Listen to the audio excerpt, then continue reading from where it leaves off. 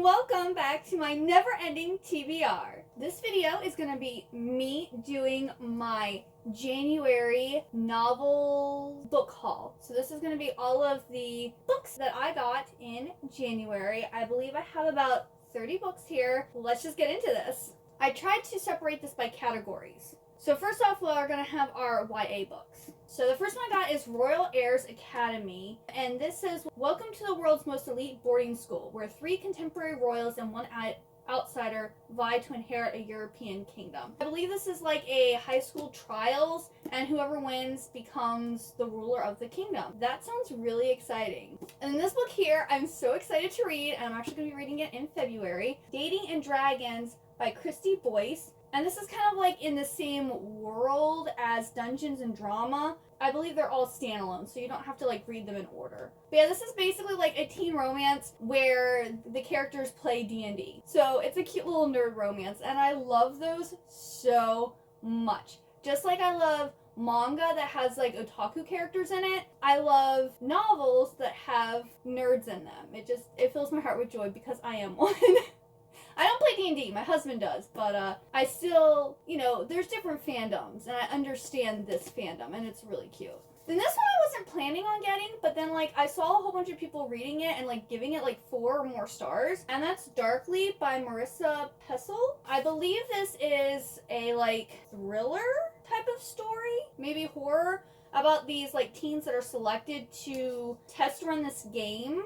And it is deadly or something. A seemingly ordinary teenage girl, a mysterious internship, a legendary game designer now dead, with a dark legacy. So it's a YA psychological thriller, involving a game. This has been getting really good reviews, and I like psychological thrillers, so I'm excited to read this one. It might have to wait till October, we'll see. And then I got the first book in the Black Witch Chronicles, which is The Black Witch by Lori Forrest. I believe this is about a girl who's supposed to be the next Black Witch, but she doesn't have any powers, or she thinks she doesn't have any powers. It says, as evil looms and the pressure to live up to her heritage builds, Aloran's best hope of survival may be among a secret band of rebels, if only she can find the courage to trust those she's been taught to fear. And this book is huge.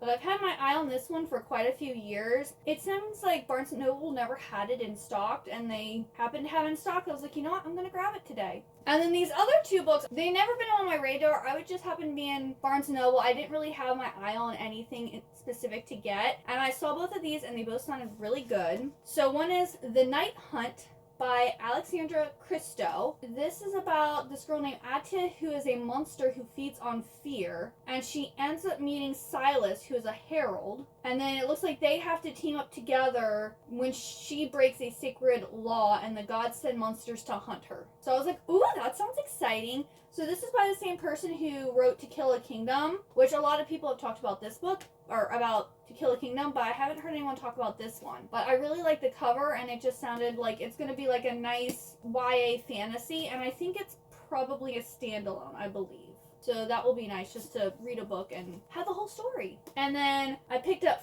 Forestborn by Elaine Audrey Becker. It says, embrace your magic, brave the forest, save the prince. So I believe this girl has to go into this forest and save a prince. And I believe this is the first in a series. It says, from the first page, readers will be caught up in the story of shapeshifters, forest magic, political conflict, and the bonds between friends. Breathtaking and highly recommended. And Juliette Marillier, that was what she said about this book. And I was like, I like the cover, I like that concept, so I decided to pick this one up too. This is another one that I've heard so many talk about. It's in the Cosmere universe. It's by Brandon Sanderson. It's one of his 4 secret novels that now all of those have, been released. But that is Yumi and the Nightmare Painter by Brandon Sanderson. There is a world, one of endless night, surrounded by an even deeper darkness. Filled with nightmares come to life, twisted shapes that slink to windows and ease open doors, sliding across floors to look down on helpless faces. There is another world, a bright world, so bright it burns, filled with stacked stones that call forth miracles, raised by calloused hands that tremble in their work, drained with each stone lifted, settled, lifted again. Between these worlds, 2 souls connect, collide, entwine, a bridge, a path, a road to both worlds changing forever. That sounds very poetic. But yeah, this is a standalone story set in the Cosmere universe, just like Trust of the Emerald Sea, which I got this one and Trust of the Emerald Sea because those sounded the two most interesting to me. I am looking forward to reading this one because it seems like this one is most people's favorites out of those 4 novels that he released. I'm excited because I do love a good love story. And Trust of the Emerald Sea, I'm really excited for too because it's like supposed to be like Princess Bride vibes, and I really like that movie. So I'm hoping I like both of them. Alright, that is all the young adult books. I bought one classic. So I got The Tenant of Wildfell Hall by Anne Bronte. This is a gothic story. I have it on my list of like one of the 12 gothic books that I want to read in 2025. Yeah, I know nothing about this book. I just know it's a gothic classic and I want to read all the Bronte sisters' works. Then I bought one contemporary romance book, which is Beneath the Stars by Emily McIntyre. This is book 1 in the Sugar Lake series. I read Emily McIntyre's Crossed, I believe it was Crossed, which was a retelling of Esmeralda and Frollo. It's part of her like fairy tale series where like the villain gets the girl and or the guy. And I really liked that one and I bought all of the other books in the series. And then when I saw she came out with a contemporary romance, I bought that one too. I hope I like this. It says, we could go our entire lives without speaking and still I know you in the next one. This is sister's brother. So instead of, brother sister, this is Elena's best friend's brother that she has a crush on. And it looks like he decides to give their love a chance. And then stuff happens. So it seems like it's going to be a journey. This looks like it's about 400-ish pages, but it looks a lot bigger than 400 pages. But it sounds like a lot is going to happen in this series, or in this book. So I'm excited for this one. Alright, next is like my special edition hardcovers, and then like my book of the month selection and my aardvark book selection. So this one I just got in the mail yesterday. It is Water Moon by Samantha Soto Gambao. This is the January Illumicrate book. This actually sounds really, really good. First off, this is gorgeous. Absolutely gorgeous. Like, I am in love with all the artwork. And I read the synopsis and it sounds like a Studio Ghibli movie. I'm actually really excited for this. Usually, like, Illumicrate books, either I haven't heard of them or not interested in them at all. But I have heard some people talking about this, and then reading the synopsis, I was like, this sounds right up my alley. I'm actually going to read the whole thing because it just sounds so good. Would you rewrite your destiny if it meant losing a part of your past? On a back street in Tokyo lies a pawn shop, but not everyone can find it. Most will see only a cozy ramen restaurant, and just the chosen ones, those who are lost, will find a place to pawn their life, choices, and deepest regrets. Hana Ishikawa wakes on her first morning as the pawn shop's new owner to find it ransacked, the shop's most precious acquisition stolen, and her father missing. And then, into the shop stumbles a charming stranger, quite unlike other customers, for he offers help instead of seeking it. Together they must journey through a mystical world to find Hana's father and the stolen choice. Through rain puddles, hitching rides on paper cranes, across the bridge between midnight and morning, and through a night market in the clouds. But as they get closer to the truth, Hana must reveal a secret of her own, and risk making a choice she will never be able to take back. Doesn't that just sound so magical? I'm hoping this is a 5-star book. I'm really hoping, because if this is not, I might cry, because it just sounds so beautiful, so magical, so unique and special. I'm excited for this book. Then this is a Fairy Loot book that I ordered. It's a sequel to The Scarlet Alchemist. So I got The Blood Orchid by Kylie Lee Baker. And this, again, is a very, very pretty book.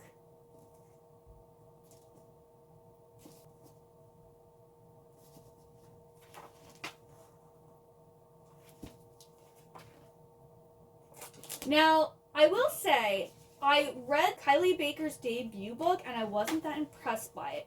So when Fairy Loot came out with The Scarlet Alchemist, I was apprehensive about whether I'd like that book. But let me tell you, it was the standout book of 2024. It was so good. Love that book. I believe did I give it 5 stars? Or did I give it 4.5? I don't know, I gave it a really high rating because it was just so good. So I was so excited when they came out with the sequel. Now, I will say the first book is a lot better than the second book. The second book was still enjoyable, but the first book was amazing. So we have our main girl character who is a alchemist, and she actually has, like, she knows how to bring people back to life. So kind of like a necromancer, but they don't call her that. Well, she wants to go and become one of the royal alchemists. And so she goes there, and like there's all these like trials and things that happen, and like people just don't want her to succeed. They're like tampering with her, they feel threatened by her, and she does basically the impossible.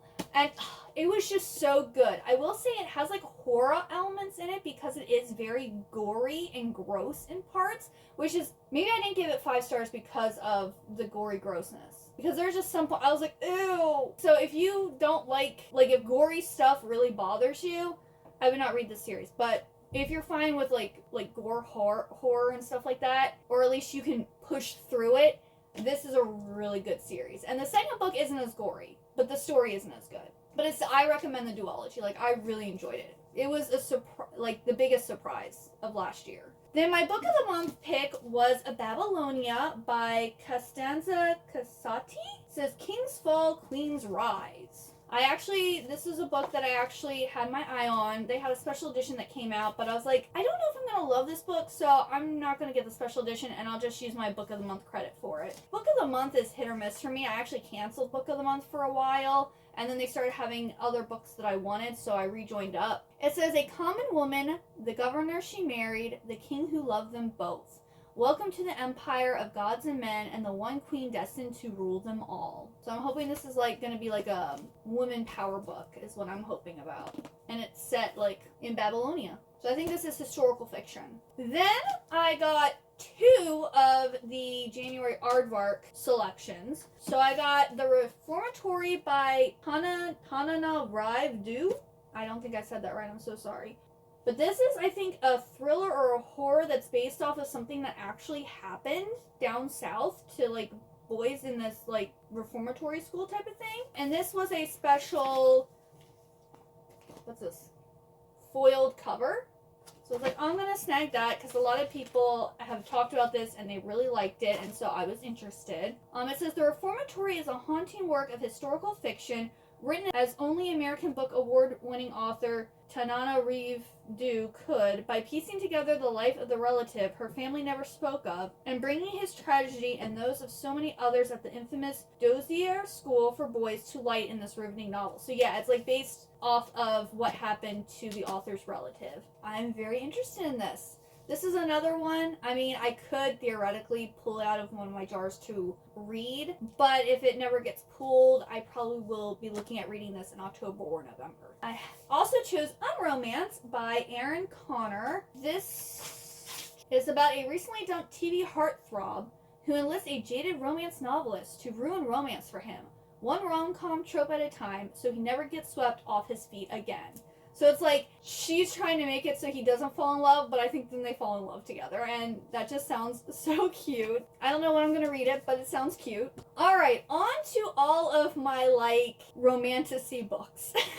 This is the biggest. I've really gotten into romantasy. Like, YA and romantasy are, like, my 2 favorites right now. Yeah, let's get started. So we have Bound to the Shadow Prince by Ruby Dixon.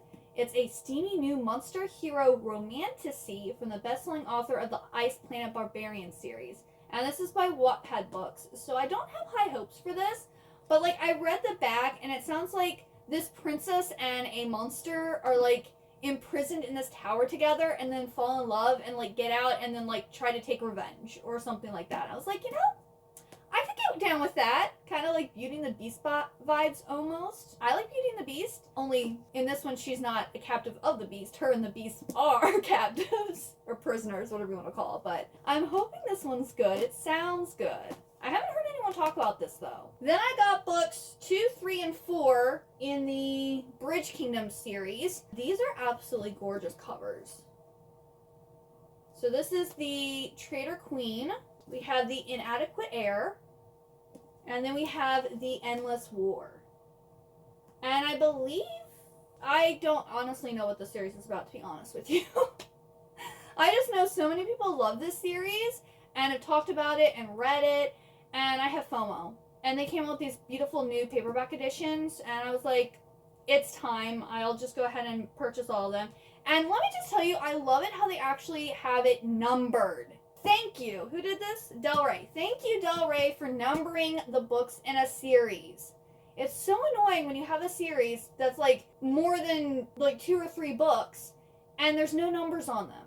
And then you have to be looking up like what order they go in and like what order to read them and everything. So I'm really thankful that they did that. But I know it is a romance and there's probably a lot of political stuff because it is a kingdom type thing. It just says an epic action-packed tale of love, revenge, and betrayal. I am looking forward to eventually reading these one day. And then this is like a little duology from a, I guess not a very well-known author, but I read the first book, Not Another Vampire Book, in January, and it was hilarious. It was poorly written, but it also talks about the fact that it's poorly written because she's in a book that was poorly written. The writing and the dialogue and some of the stuff is really atrocious and horrible and almost is kind of like fan fiction, but it was hilarious. I ate it all up, so I had to get like the companion sequel book, which is Vampire Charming by Cassandra Gannon. I love these covers. She has quite a few different series, but in Not Another Vampire Book, it's about this girl who has to edit this vampire novel, and she's reading it and she's telling her dad, who owns the publishing company, that it's horrible, that they shouldn't publish it, that it's going to lose them money because it's so bad. Well, she ends up in the book world and she's being like the villain and the hero of the book are both like fighting over her, and she's just like, what is going on, you know? I must be dreaming, like, what happened? Well, how did I end up in this terrible book? What is my life? And, like, she's freaking out the entire time, and of course she kind of knows what's happening, and she's trying to tell the villain, you know, all that is subjective, you know, how you write the story determines who's the hero and the villain, but is the villain really the villain? Is the hero really the hero? But she actually has a copy of the book, and as she gets to those chapters, it comes back, and she's trying to convince the villain that they're in a book, that none of this is real. And it's just hilarious. It kind of gave me Assistant to the Villain vibes, but like not as well written and kind of cringy at parts, but like that same type of humor, and I really enjoyed it. So I am hoping to get to this book really soon. Then Carolyn Beckham and Suzanne Valenti are coming out. They're continuing like the special paperback editions of their Zodiac Academy series. You'll be seeing these regularly in my novel haul videos because I'm planning on collecting all of them in these really pretty editions. I already got the first book. The first book they actually had out for like a really long time, like I don't know, like 4 or 5 months. And now they are like every month going to be like releasing the rest in the series, it seems like. So this is number 2, Ruthless Fae, and the next month in February, book 3 is coming out. I've already read books 1 and 2, and I've been meaning to read 3 for like 2 years now. I keep on like putting it on a TBR and then not getting to it, or like I constantly am thinking about it, but I'm not reading it, and I don't know why. So maybe when I actually have book 3 in my hands, even though I can read it on my Kindle, maybe I'll finally get to it. But if you don't know what this is about, it's about these 2 twin sisters who find out that they're actually like the princesses of this like Fae realm, and other people have kind of taken their throne and they're being bullied by them, and there's also like a professor-student relationship, and there's a lot of fake creatures, there's vampires, shifters, dragons, you know, witches, all that stuff. And it's basically like a magical college, and these girls are trying to get back their throne, but they really only want the money because they're dirt poor. They grew up in the human realm in like foster care. It's, again, not written the best, but it's addictive. It's, you know, like a train wreck you can't look away from. So the second book definitely is better than the first, and I hear as you keep on going, it gets better, and it will also break your heart and make you cry and everything. I don't know about that yet, but I am wanting to collect all these beautiful editions. And then Sue Lynn Tan, who wrote The Daughter of the Moon Goddess, came out with her newest book. This is a standalone fantasy. I think it's YA, but I'm not actually 100% sure. But I got the pretty special edition of this, and so it has pretty artwork in it. Yeah, so they have like light and dark. Very, very pretty artwork. It says, what the gods did not give us, I would take. Yeah, I love Sue Lin Tan. Like, oh, she's so good. A breathtaking standalone romantic fantasy filled with dangerous secrets, forbidden magic, and passion about a young ruler who fights to protect her kingdom. And I've heard really good things about this, so this is another one I want to get to ASAP. This one I hadn't heard of or anything. I just saw it sitting on like the Romantasy table at Barnes & Noble, and that is The Last Raven by Helen Glynn Jones. And this is a special edition. It's got red sprayed edges. It says, I'll be forced to take the crown simply because of who my parents are. Never mind that my skin, my eyes, the way I move, everything will give me away for what I am. Human. In a world ruled by vampires. Say less. There's vampires and she's a human? Say less. I don't know why it's called The Last Raven, though. But her blood is all he craves. Oh, I'm probably going to eat this up.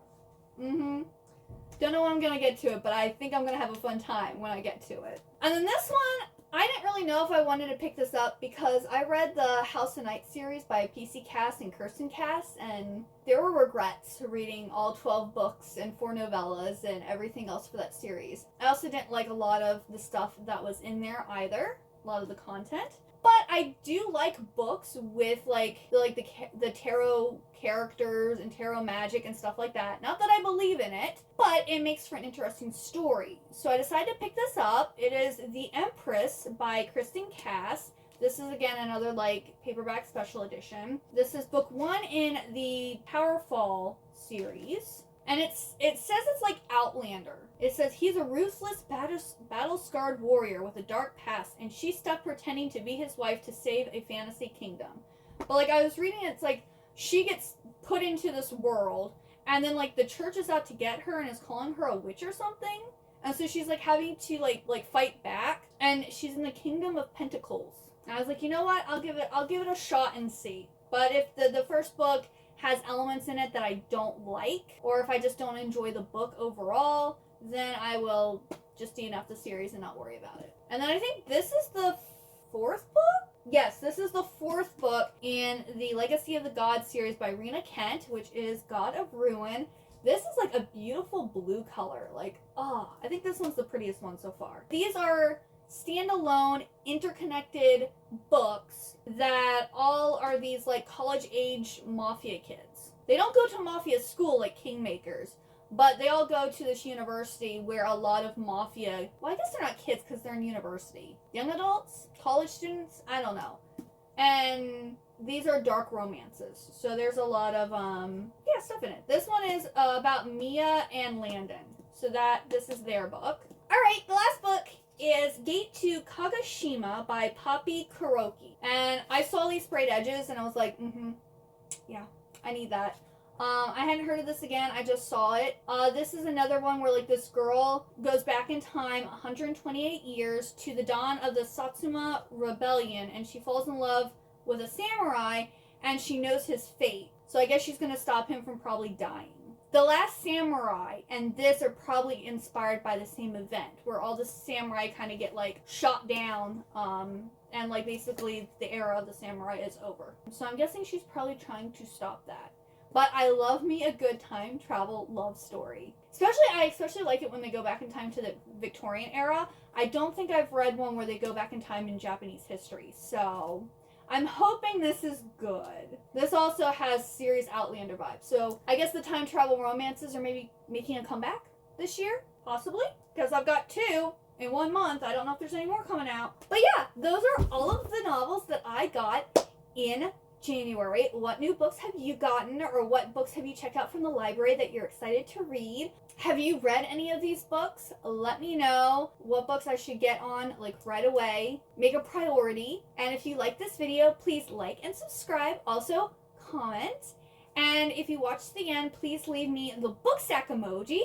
And thank you so much for watching. I hope you have a wonderful good day or night, and I hope to see you next time. Goodbye!